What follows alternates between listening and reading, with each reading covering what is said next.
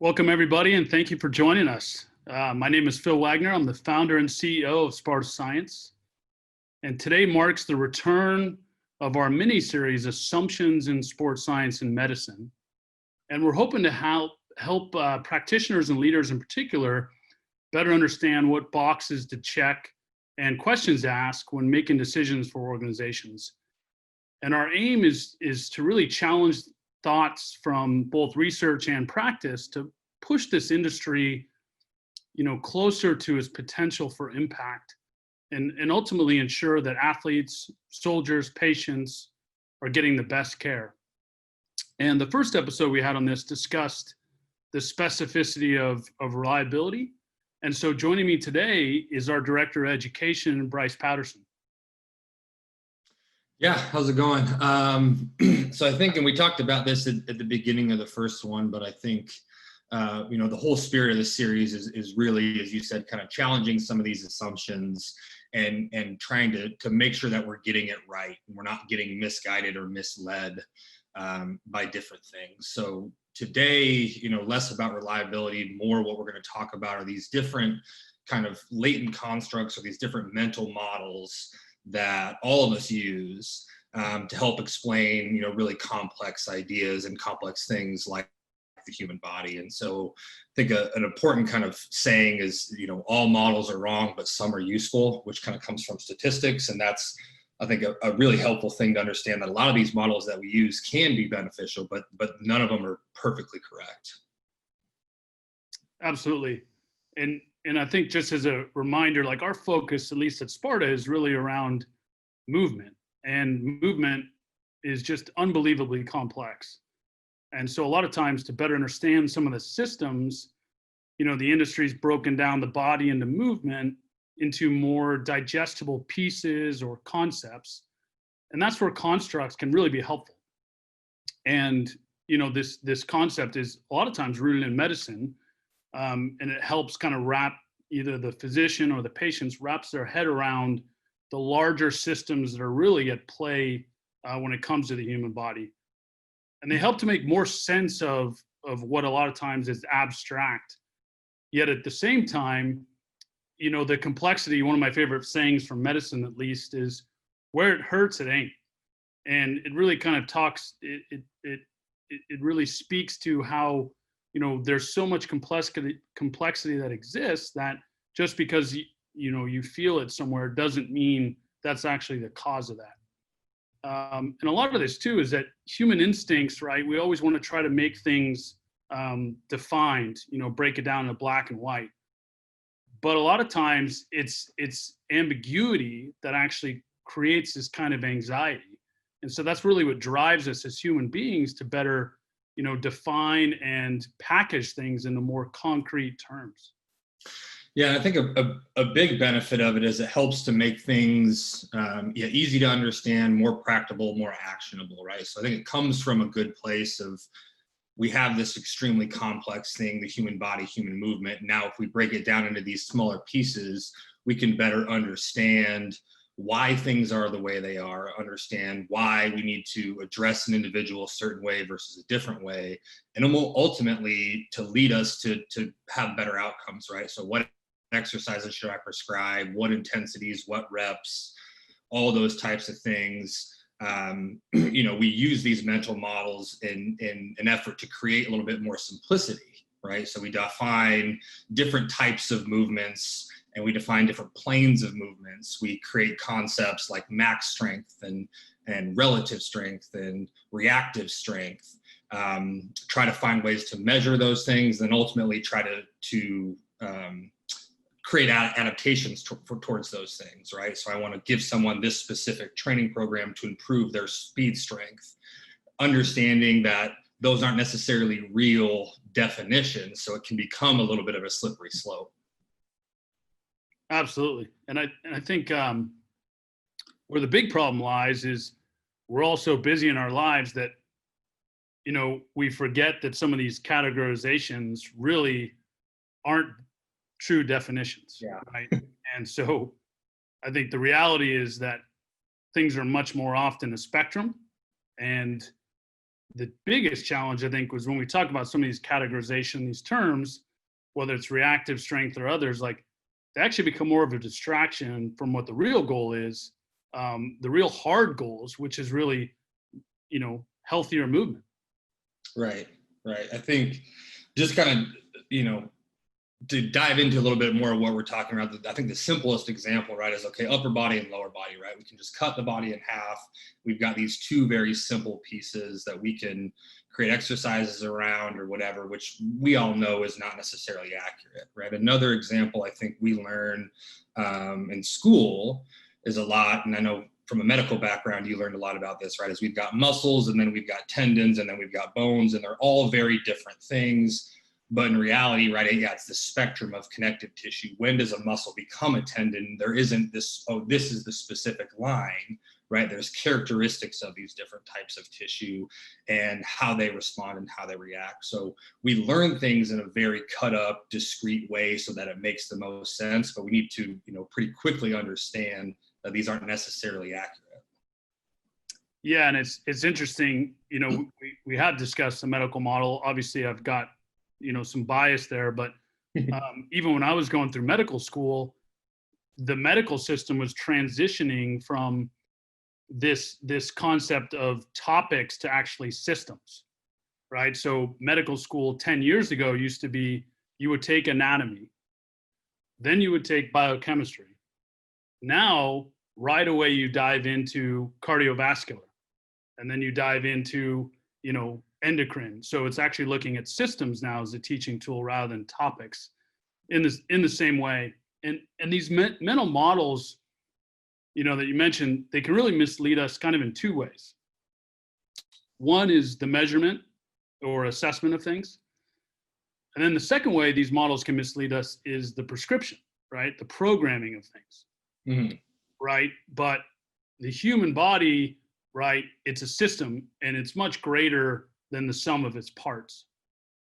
Yeah, I think, I know in my anatomy class in our cadaver labs, right, what they do, and this has been talked about a lot more recently, right? They strip away all this worthless tissue fascia nobody cares about, and then you learn about each of the muscles, and this is the origin and the insertion, and this is the action. That's the only action they perform, all in isolation. When, pretty quickly after you leave school, you realize, okay, that's not really how things work. So there's a place for it, but it's definitely a little bit oversimplified. Right. So let's start with that kind of, like you're talking about, let's start with that simplest categorization or construct, at least as it relates to anatomy, which is upper body versus lower body, right? Because it seems, reasonable that we just take a system and split it in half. Let's just split the body in half, right? And a lot of this, at least in strength conditioning and probably a little bit in medicine as well, really comes from bodybuilding, because the goal there is to have growth of certain parts, right? And so you train the body in certain pieces because the goal is to optimize growth, which doesn't actually necessarily need the system. Right. And certainly bodybuilders, while admirable, are not the best movers. Yeah, I think, again, we just gravitate towards that concept we can easily apply. This is an upper body exercise. This is a lower body exercise. Or, today is back and bis, tomorrow's chest and tris. So we just cut it up into pieces. And again, I initially that's okay. And there's a time and a place for that. But, once we start getting into now less of the bodybuilding side, more into movement, it's a little bit more inaccurate, I think. Yeah, another application, right, when we talk about upper versus lower is really measurement. Talk about strength measurement, right? We've got squat, 1 repetition max, 1 RM, right? We've got bench, or even the modified 1 RM, right? Or, rep max. But, a lot of those are categorized into lower or upper, right? As if, if you're benching, that obviously means you're treading water with your lower body because that's not being used, right? And if you're squatting, that bar is somehow magically being held by your lower body, right? At the same time that you're actually squatting, right? Yeah, right. We measure a squat 1 rep max, right, as this representation or as this proxy of lower body strength. But we've got to understand there's a distinction there. Those aren't inherently the same, right? The lower body strength is this latent variable. We can call it this latent construct, this idea that, we can measure a squat run 1 rep max and say, hey, that observable measurement may represent lower body strength. And again, that's okay. But when we get into like, oh no, one squat or squat 1 rep max equals lower body strength, they're synonymous. That's when we get into some issues, right? So if we have someone, squats more than another person, it gets a little bit dangerous. We just automatically assume, okay, the person that squats more has better lower body strength, right? And we'll talk, I think, a little bit about strength itself and how that it can be its own kind of construct. But as you said, like the upper body and the lower body aren't separate. A bench press uses the lower body. A squat, a back squat uses the upper body to some extent. Right, exactly. And I think the allure, as we know, both of us being former strength coaches, the allure is clear, right? Who doesn't like measurements they can't improve, right? It's great, right? We want to measure those things we can improve, particularly because the 1RM and some of these specific lifts, they're really being directly trained at the same time. Yeah, it's an easy way as a strength coach to see, okay, are we making progress in improving X, right? In this case, X can be lower body strength, can be squat 1 rep max strength.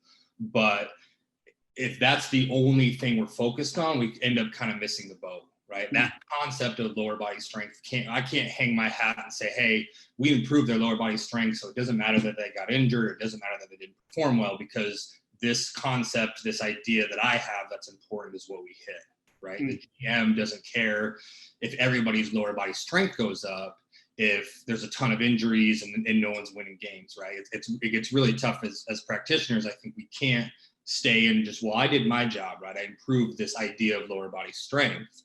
We've got to understand, put a better way, we're a means to an end. So lower body strength is a means to an end that is, injuries, performance, some of these more kind of outcome variables. So that's the goal, right? To optimize availability, for lack of a better word, for athletes, for soldiers. And so we've got to keep that the goal. We can't have lower body strength now be the only goal. Right. Yeah, you hit on it, right? We blur these definitions with the categorizations, because categorizations are helpful, right? But definitions tend to be a little bit more rooted in science and concrete. And sometimes when we start forgetting that there's actually a dividing line between those, probably the best example, that love to hear you talk about is, okay, we want to evaluate lower body power, right? And so, let's jump, but in order to do that, let's remove the arm swing, because that's just going to isolate lower body power, right? That's probably the best example. Yeah, and this is a super common one that we run into, right? With vertical jumping, one of the assessments that we use and that our partners utilize.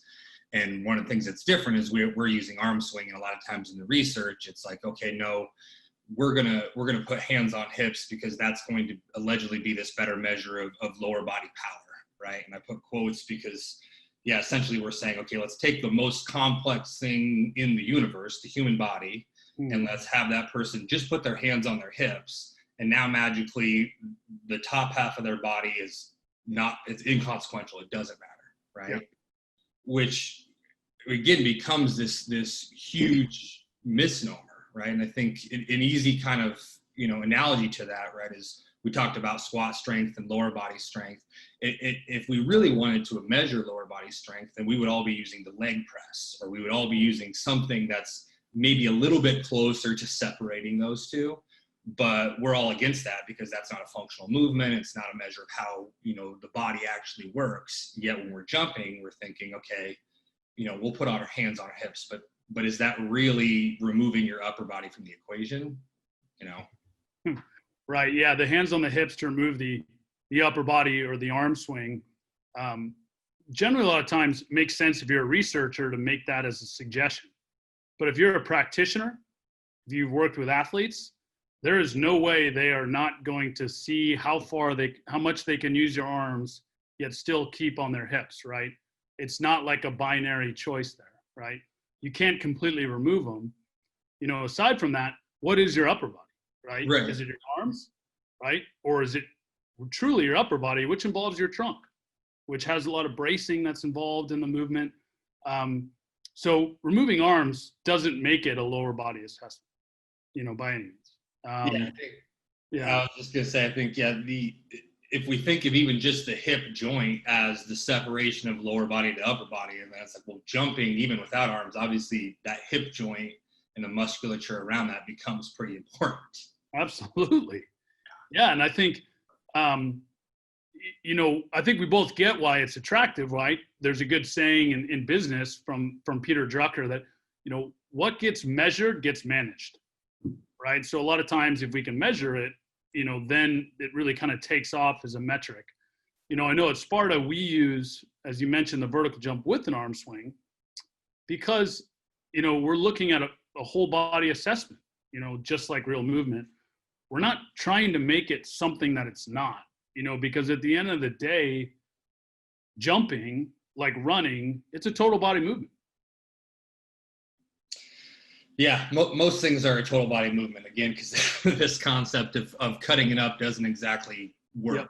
You said it best, like the whole is greater than the sum of its parts. Yeah. That's goes with a lot of different things. So trying to cut the body up into different pieces, trying to, remove arm swing. In reality, using arm swing is going to be a much more valid measure of movement because it's just a much more natural movement. We're not trying to cut it into pieces saying, hey, just complete this task, jump, however you complete this task, instead of trying to limit that. So I think that's, a thing we end up talking about a decent amount, and something that's really important to us is we don't want to just measure lower body power. We want to measure how people move. So we're not going to restrict these different things.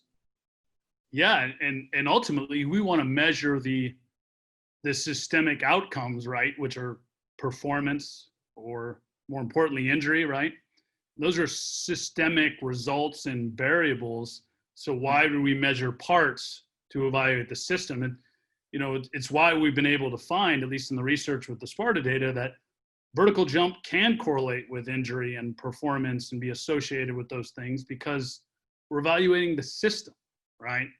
I think switching a little bit here, gears to, talk to me more, Bryce, about, the prescriptive side, because when we look at these constructs, we've talked about splitting up the upper and the lower body when it comes to measurements. Yep.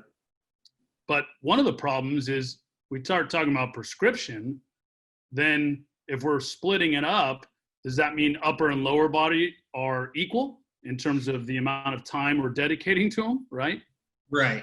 And that's where I think, again, the concepts can be helpful, but now from a prescriptive side, should I have an equal amount of lower body exercises and upper body exercises, right? And then it's okay, a squat or a deadlift or a trap bar deadlift or something that's obviously using the upper body, or we're just assuming that's now only a lower body exercise. And this could be, my bias or our bias in general. And one of the things, we get a lot is like, well, there's not a whole lot of upper body training that you guys are using. And it's like, well, it's all upper body training, right? Yeah. It's all training. And I think furthermore, in the research, there's not a ton of articles really touting the bicep curl and the skull crusher as these really important KPIs and exercises that really move the needle of performance, right? It always goes back to these tried and true multi-joint, whatever you want to call them, total body movements. So, the concept is a little bit flawed. The upper body day is not a law of nature, right? We need to do upper body. It's this bodybuilding concept. Yeah, a lot of times, right, it's a marketing term. If athletes are sore and tired, you get them fired up by telling them it's an upper body day. Well, and I think that's, and we'll talk about this a little bit, that's one of the huge benefits, can be the huge benefits of these constructs is communication, right? So maybe they just can't drift into diagnostics, right? Say that again? They just can't drift into diagnostics and definitions. Well, yeah, we just got to understand their ideas. So we can say, hey, you're going to do an upper body day, and that's fine. But now if I say, well, really, we're diagnosing how just the upper body moves by itself, that's a little bit more misleading. Yeah, and I think unfortunately with the rise of technology, there's companies and products that are exploiting that, right? And actually not furthering the field. And that's always my frustration is like, we're here to help athletes get better, but, you're furthering constructs and ideas that just, aren't accurate, right? And ultimately they lead to distractions. I think, another good example of that, similar to upper versus lower body, is unilateral strength, right? Companies are out there pushing, bilateral force plates, and is my left as strong as my right? And, you can even use a split squat to test that kind of capacity. Ultimately, if you're looking for, is my left really as strong as my right? Yeah, and I think, again, to kind of point out the obvious from a squat example, right? Is a rear foot elevated squat truly just a measure of a right leg only? No, right? We know that it's more complex than that. But a lot of times, okay, someone can do a test like that, and we just instantly jump to that conclusion. So that's where we've got to be careful is, yes, we can train unilaterally, but now if I do some sort of test and I just instantly assume, oh, well, now his left leg is stronger than his right leg, it's a little bit of an oversimplification. 100%. I mean, I've got a right back injury and my left leg is stronger than my right, but my right back is pretty weak. So actually on split squat, like I do poorly on that left side because I can't stabilize with my right upper body, right? Right. And so, talk a little about, what about left versus right? What if we do that on a bilateral test, right? What if we do that on like a vertical jump where you've got one foot on each plate? Yeah, again, it's if we try to separate and just measure a single leg by itself, let's say in a single leg jump, that's not even really a measure of a single leg, right? We look at like the balance test that we utilize is not a measure of just the right leg. A hop test, a triple hop test, which is used often in rehab and return to play. Okay, you're going to jump 3 times on your right leg, and that's a measure of your right leg. Again, ignoring the upper body, ignoring the other leg swing. There's all these different factors. So we try to oversimplify that. Now, if we have a movement occurring on both legs, it's even a little bit more complex, right? Yeah. So attempting to say, okay, one, we're going to cut out the upper body because we put hands on hips, so we got rid of that. And then 2, we're just going to cut the body in half, isn't really super accurate. We can't simply measure one leg and ignore the rest of the body in any sort of kind of coordinated task, right? So I think for our balance test, right, we do a balance test. They measure on the right side, they measure on the left side, and really all we're measuring is their ability to balance while on their right side and their ability to balance while on their left side. We're not measuring this, mythical term of like right leg stability or left leg strength, because those aren't really things. So again, it's okay, we can measure things separately at times, but we can't jump to the conclusion now that, okay, this is the right leg and this is the left leg, and they don't really operate together. Yeah, and I've seen professional organizations agree with that completely, yet then go on to measure left and right distribution on the force plate during a jump.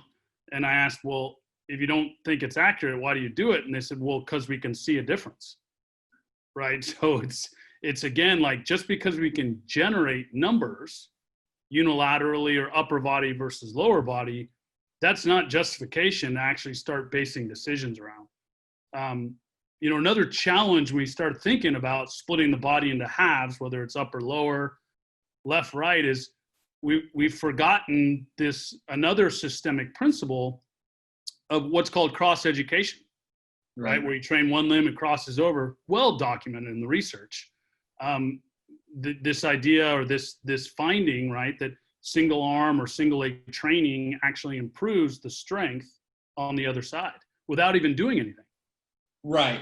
Which I think then too, I think 2 things I wanted to say. One is there's a good saying, right, of like, just because you can doesn't mean you should, right? We can measure anything and everything, but then what are we doing with that information, right? So to your point, okay, the cross education, if someone's really weak on that left side, I'm going to give them more left side training. It's like, okay, well, that also still transfers to the right side.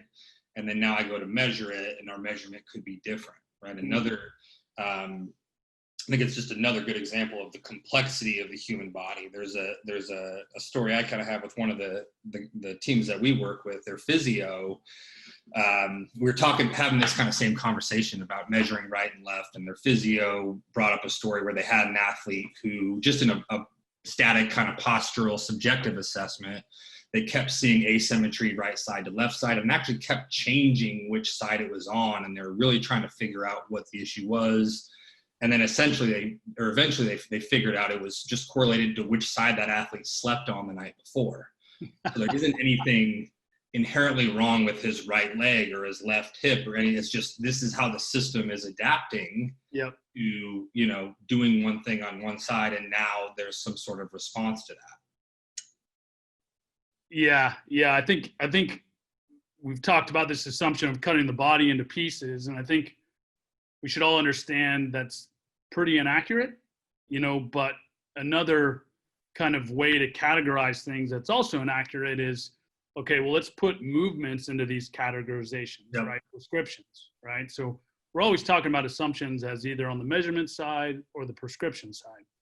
And a big, categorization of movements is like, well, we've got to have a squat, we've got to have a hinge, we've got to have a push, we've got to have a pull, right? With this idea that, obviously you can't bend your hips if you squat, right? So there's no hinging there, and evidently you're not pushing into the ground there, right? And, the list goes on, but talk a little bit about kind of that categorization when it comes to movements or prescriptions.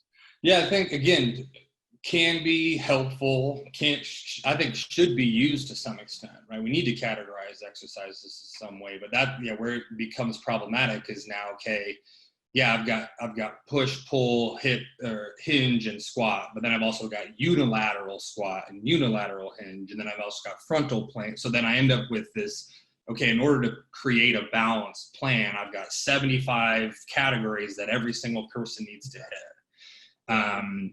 And that's just, we start to over-engineer all this stuff. And I know for me, especially as a young coach, definitely something I was guilty of, right? You spend so much time in Excel, you start to over-engineer, okay, these are all the different categories. And then I put together a plan. It's like, okay, well, we've got 40 minutes in the weight room, including a warm-up and kids that need to leave early to go to class. And I've got 82 exercises. I'm probably going to run into some issues here. Right. Yeah. And I think we've talked about it before. Probably one of the best examples is in baseball. Where a lot of the emphasis is around, half the injuries are happening in the upper body, particularly elbow and shoulder. And so we'll just give you an arm care program, right? And those routines, are 45 minutes long before you even start training. Every day. Right, done every day. And the muscles, right, if you can see, are about the size of my pinky, right? These small rotator cuff muscles, right? And so past 5, 10, maybe 15 minutes, I mean, they're long gone. Those rotator cuffs are totally fatigued out.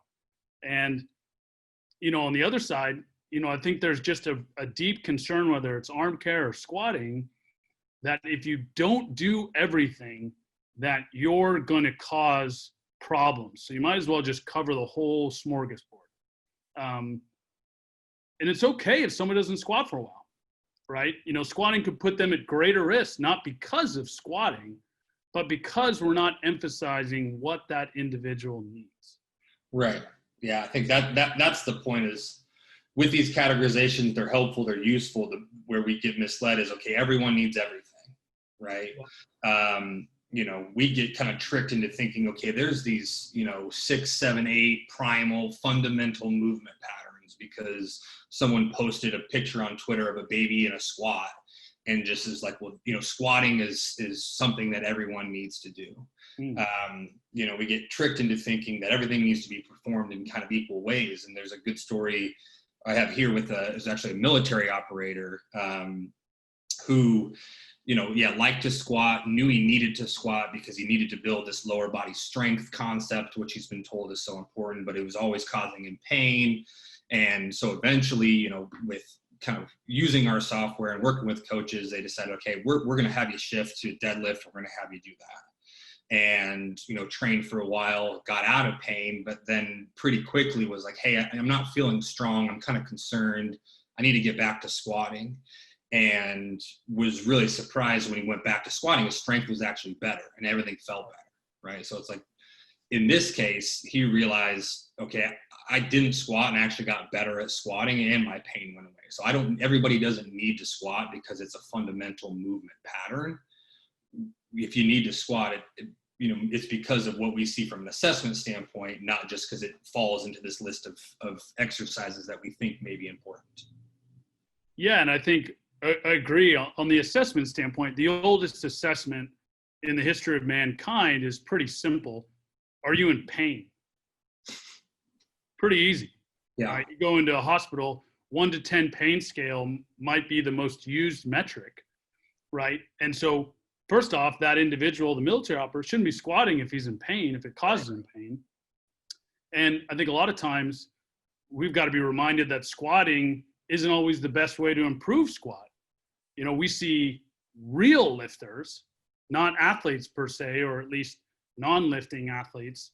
Real lifters understand this right away. I mean, they use non-competition movements in order to enhance their competition movements. All right. My background was an Olympic lifter. I competed at the national level. And I remember when I found this new coach who was from Poland, Jerzy Gregorek, he's amazing. I didn't do any competition lifts for the first year and a half. And all we did was overhead squat and snatch squat press. And my snatch skyrocketed because I was so comfortable in the positions in order to receive that squat and truly utilize the strength that was already there. Right. Yeah. I think this is really an uncomfortable truth that as an industry, we've got to challenge ourselves. And I know in a lot of the conversations we have with people we work with, we've got to challenge them on, well, why are they squatting? And what is this balanced, this kind of mythical balanced program that we have, right? Because in this case with this individual, yes, squatting was bad. It was causing pain. There's nothing wrong with the squat. I think the squat is a great exercise. That's not the point, right? The point is that not everyone needs to do everything. And so, if we ask a coach, hey, well, why do you guys squat? And the response is like, well, because, it's a fundamental movement. We squat and we hinge. For me, I need a better answer than that. So I got to challenge that a little bit more to say, okay, but how do you know that they need that? Just because we've decided it's a fundamental movement pattern, or is that actually something they need, right? Because then in this case, we make someone squat because we think they need to squat or they need lower body strength, and instead we hurt them. And that's obviously not the goal. The fact you have to say that is a problem in itself, but right. Yes, yeah, agreed. I think, the other thing is it's a huge waste of time, right? For those people that have lifted heavy or performed at a high level, you can't spend 5 or 10 minutes on that movement. You got to go deep, and it takes 5, 10, 15 sets to actually work up to that maximal capacity and performance. And so you can't address 15 different exercises and qualities. All you end up with was, a very little gains as a result. Yeah, there's just not enough time, right? We've got to figure out what do different people need and focus on that, because if people have 2 hours a day to work out every day, yeah, we can do that, but nobody has that. Right. Yeah, and so let's I think we've done a good job kind of covering that. And so moving on to another assumption, what's termed biomotor abilities, right? Maybe the most important one. Different types of strength or movement qualities. These terms get thrown around all the time, but kind of lack a really great or simple understanding of why or how they should be used. Yeah. I think, we already talked about a little bit: reactive strength, explosive strength, starting strength, max strength, eccentric, isometric, concentric. There's all these different terms that we all use all the time and kind of pretend like, oh yeah, it's eccentric strength. That's this thing that we know what it is, but none of them really have true definitions, right? Other things, mobility, endurance, flexibility, these are again, they're not observable qualities. They're these latent constructs, which I think we've got to make sure we can use the term mobility, but we've got to understand there isn't a definition of mobility. Yeah, and at least if we look at strength, it's pretty simple, right? Strength is kind of the ability to produce force. Right. And it's relatively specific at the same time. Right. So we go back to the squat example, right? 1 rep max squat, and we'll say it's a measure of strength, right? We'll ignore upper body, lower body. Say, okay, we have 2 different individuals squat, we get their maxes. One's way higher than the other. Now, the individual that has a low squat max, we can see that they sprint really fast and they jump really high. They're, again, the definition of the strength, they're applying a lot of force. They're producing a lot of force. But if we say lower body strength is defined by this exercise, then all of a sudden this person's not strong, right? Which isn't really correct. When we measure a squat 1 rep max, what we're measuring is the ability of someone to squat down and then back up with an external load on their back, right? Which sounds dumb to say, but like that's it and that's all. That's no more, no less. That's what we're measuring. So we can't say, oh, well, it's lower body strength, or, oh, it's their global strength as a human, because that's not something that we can just measure. It may represent that to some extent, but it's not a real thing, right? Right. And I think, the argument a lot of times is that, well, the individual that can squat a lot of weight, they have more max strength, right? And then the individual that can jump higher, right? Well, they have more reactive strength. And Bryce, that's obvious, right? I mean, come on. Well, again, conceptually, yeah, that's fine. But then it's like, okay, well, then what is max strength? How do we define max strength? And then what is reactive strength? And how do we define that? And we can't really. So I think, we can measure these things, again, as a representation of max strength or as a representation of reactive strength. But these are ideas. These are terms that are man-made, that we've made up and are trying to use to explain, why is this person not able to squat a lot, but they're fast? Oh, it's because they have this Madden quality, on their player profile. Reactive strength's at 99, but max strength's at 20. But that's not not really how it works, right? I think eccentric strength is another example of, we all talk about, eccentric strength is really important. And again, as a concept, I don't disagree, but okay, how are we measuring it? And then how are we addressing it? And how are we proving that somebody has eccentric strength? There's a lot of different ways to measure and define that. We can't just lump them all together into one thing and assume that, okay, I measured his eccentric strength on a hamstring curl, and so that's his eccentric strength factor. It's at a 97, because it's not really how it works. Right. Yeah, I love the analogy to Madden there. The Madden scores. Yeah, I think, at the most basic core, right, the further we get away from assessing movement as a system, right, the further we get away from reality, right? It's one of my favorite kind of lines, and I'll repeat it. The further we get away from assessing normal movement as a system, right, the further we get away from reality. We should just take a measurement and treat it as what it is, a measurement. Instead, we try to use a measurement to explain a much greater concept or phenomenon.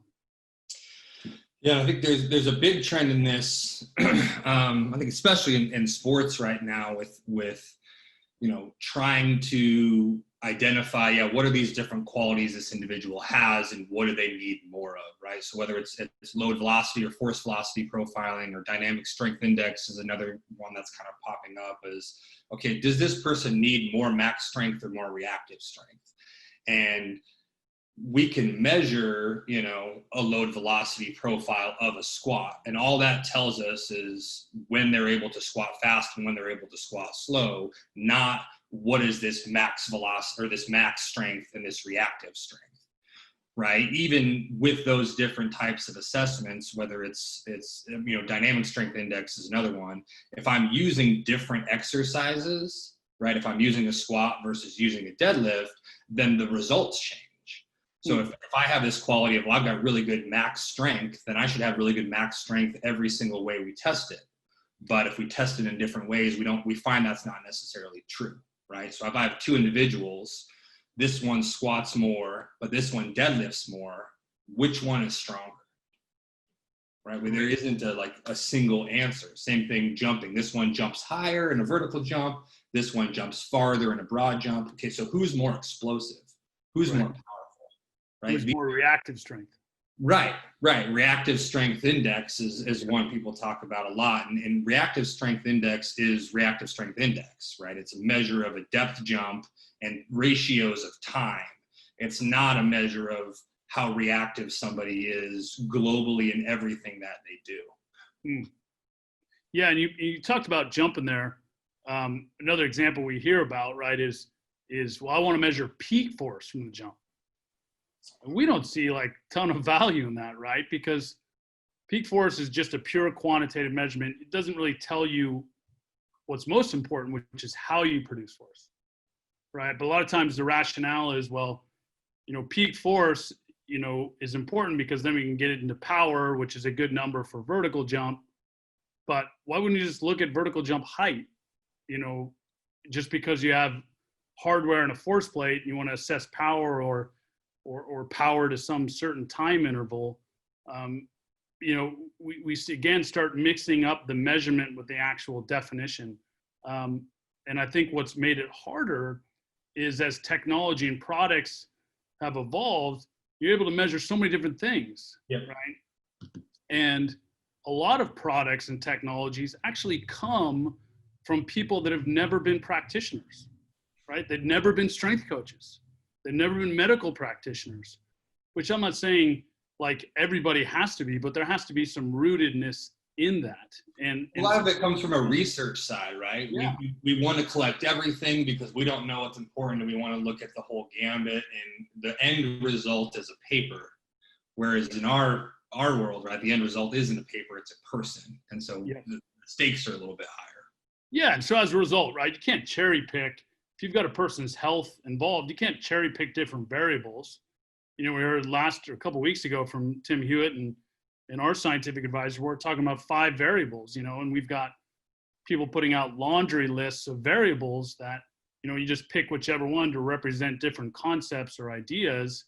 And if you're really cool, then you can put it on a spider diagram, right, to make it look like super comprehensive.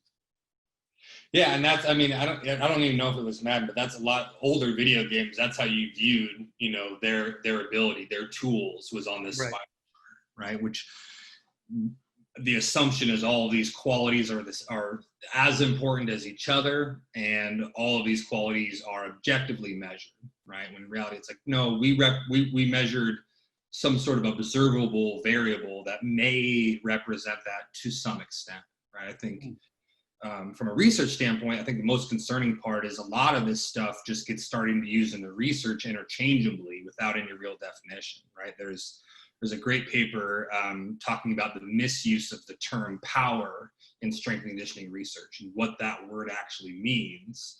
I think another example, and that's gotten a lot more face time, if you want to call it, in the research, is agility, right? We used to always talk about agility and how it's the 5-10-5 and we can measure that. And then now more recently, it's like, well, there's change of direction, which is maybe one piece of agility. And then now there's this more kind of cognitive, spatial awareness, prediction side of agility.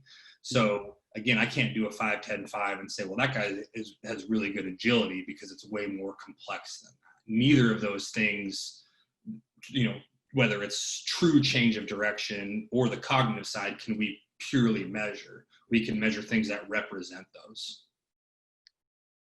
Yeah, I think, but talk to me, aren't all these things just kind of just semantics, right?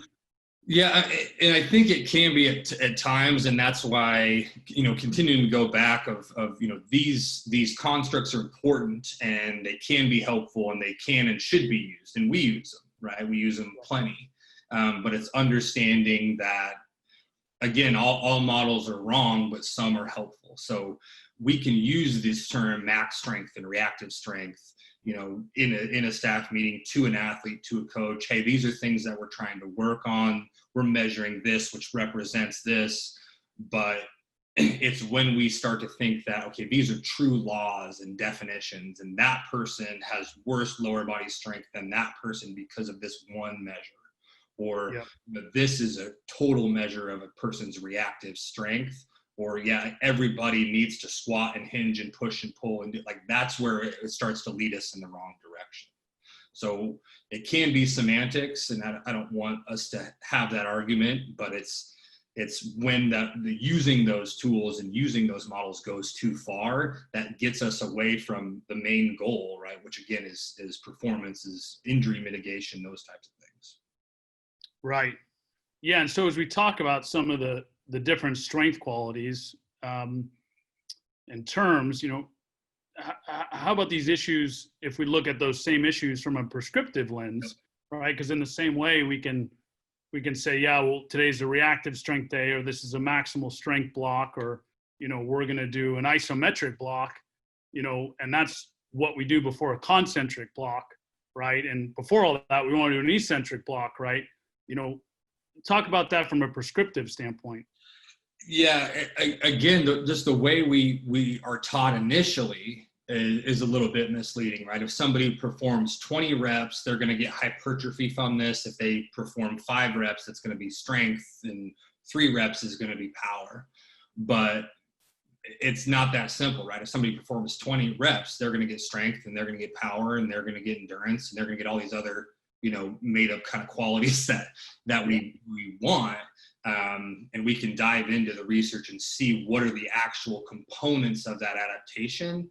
But, we can use them from a program design standpoint, but I can't decide, okay, hey, we're going to do a hypertrophy phase. And so everything's going to be aimed at hypertrophy. And then now I'm going to do a strength phase, and we're going to build that. So we don't need to use those constructs in such a black and white way, right? One of the things I always kind of think is silly is a lot of the velocity-based training stuff and this distinction between strength speed and speed strength. Super. I don't, yeah. Yeah, I know there's some measure, and again, those terms are fine, and there's some distinction of which one is which. But when I watch someone move, I'm not like, well, that guy needs a little bit more strength speed, and that guy needs a little bit more. We just try to create too many categories, understanding that it's a spectrum, and now the categories get so close together, it's just confusing to me. Yeah, certainly in the strength side, but I think we also see it, on the fitness side too, or the aerobic conditioning side, particularly, in your work with the military, right? You see it with trying to single out a specific fitness testing or training protocol through a specific quality in a test, right? I know the test that you've seen a lot is the 1.5 mile test, right? Which based on at least my lifting background makes me throw up a little bit in my mouth. But, it's seen as a representation, a proxy, if you will, of aerobic fitness. But it's not the definition of it, because aerobic fitness can be assessed and developed in many ways. I know, a lot of your work, Bryce, has been with, Australian Army and Sparta, supporting them. And they've decreased the amount of running mileage that they're prescribing, right? And they've seen a huge drop in injuries, yet without a negative impact on fitness at all. Yeah, it's a really good example, because I think in the military, military does a good job, right? Of they test everybody the same across the board in different units, different branches, right? Whereas a sports organization, and even, myself in college, every single team had different tests. So it's really hard to combine and aggregate and get anything out of that. But, they have, okay, this is our aerobic endurance test. And we see that people that perform well at this test perform well in the military, however we want to measure that, right? And so they could have just doubled down and said, okay, well, now we should just, let's increase the mileage. If that's significant, we just want to boost that. And instead of that, they realized, okay, a lot of our injuries are actually coming from that as well, right? So instead of doubling down and saying we really, aerobic endurance we've identified as a key factor for, keeping people healthy and fit in the military. So we're going to ramp that up. In reality, that would just increase their injuries and decrease the readiness. Right. So, in this continuing with this kind of spirit of this discussion, we want to present solutions and ideas that we can actually apply, right? Because the main problem isn't with the models themselves, but in how we interpret them to be true, right? And therefore kind of lead to these distractions, which are, again, propagated by this growing industry and products that evolve, and they're adding on to, you can measure this concept or this ratio or this algorithm, and naming them certain things, right? And so, talk a little bit about, kind of how that fits in the solution piece. Yeah, I think, and I'm going to sound like a broken record now, but understanding that models can be useful, but they're wrong. Like we can use them, they can be helpful, but they're not accurate, and we've got to respect the complexity of movement and understand that these models aren't 100% accurate. So there's a time and a place for them, and using them in decision making to some extent. I think a big part I mentioned earlier is communication, right? Being able to explain to athletes and soldiers and coaches and GMs and decision makers on what is important. We could talk about some of these qualities, but if we in our own room think that we're really truly measuring some of these things objectively, we've gone off the deep end a little bit, in my opinion. Yeah, no, I agree, because that's not the end goal, because no construct really matters if it doesn't relate to that end goal, right? These concepts, they can be helpful, but they can't distract us. Mm-hmm. We're truly looking to move the industry forward, right? It can't distract us from the end goal, because at the end of the day, if everyone's reactive strength improves, does it actually matter? Right. Right? Yeah, I think that, the 1.5 mile test, right? Everyone's aerobic endurance improves because we put more time into that. Injuries went up, we lost people, troops aren't as ready, but our endurance is up. Like that again, we talked about before, that can't become the end goal. Right, exactly. And it doesn't automatically mean that squatting more is always better, right? Or, that lower body strength is the only goal. We've got to understand these metrics and in some cases differentiating these outcome or lagging measurements to make sure that they're paired with the leading ones. Yeah, I think, understanding that we're a means to an end, right? I think we've all had, athletes in the weight room that are really impressive and do all these impressive things in a controlled setting with us, and then they get out into the field and it doesn't quite transfer, right? So the simplest level, we talk about transfer of training. If someone has great reactive strength index or great lower body power and it's not helping them at all, then we're missing the point, right? We're a means to an end, and I think most of these things have a point of diminishing returns and can even be conflicting, right? We need to improve strength and endurance and agility. Let's do those all at the same time. Now that becomes a lot more difficult. Yeah, so kind of what you're saying is kind of working backwards. You've got these big lagging metrics, right? Performance in your sport, or being healthy, available. And you've got to link those lagging outcome metrics to the leading metrics or KPIs, like what are you testing or assessing regularly, right? And then taking that a step back to the most basic is linking your training to the leading, right? So you go from training or prescriptions to leading metrics to lagging metrics. Things to be aware of from a prescriptive standpoint? Yeah, I think there's a couple things. One, which I think we've touched on kind of a lot, but there aren't these specific categories and term things that we need to specifically train. Everyone doesn't need to do everything, right? It's okay if someone doesn't do a specific type of movement. They're not gonna they're not gonna fall over and die. Unfortunately, most people don't do any sort of training, and there's still a lot of people around, right? So we can really narrow down our exercise plan, our program, whatever we want to call it, to what is important and what we think is going to have the biggest impact versus just focusing on, okay, we need to hit all these categories. And I think, again, as young coaches, for a novice, they can be super helpful. But if we say, here's the 30 things you need to do each day, and then tomorrow they're different, and the next day they're different, we have no consistency, and we don't really see that needle start to move, right? I think the other side of it from prescriptive things. So one, make sure, okay, we don't need to address all these different movement patterns. And two, we can't address these specific movement qualities just by inserting an exercise, right? I can't say, oh, well, we're improving his reactive strength with this one thing. The exercises are the exercises, and that's what we're using. we can't directly influence and impact these biomotor abilities, right? So we can use that information to adjust our rep ranges and use VBT and do some of those things. But just because I have someone doing something aimed at increasing their eccentric strength, I'm not just increasing their eccentric strength. It's not that simple. Right. And I think, the frustrating thing that we see a lot of times is just there's such a waste of time and resources. Yeah.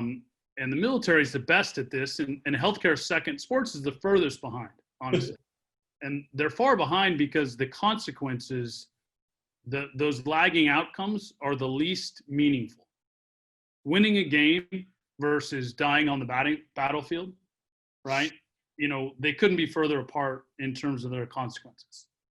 And the military and medical field, they're bound by some pretty serious risks. And so they can't afford to waste these time and resources by creating these constructs and blurring them with definitions. But again, thanks everybody, and please stay safe out there.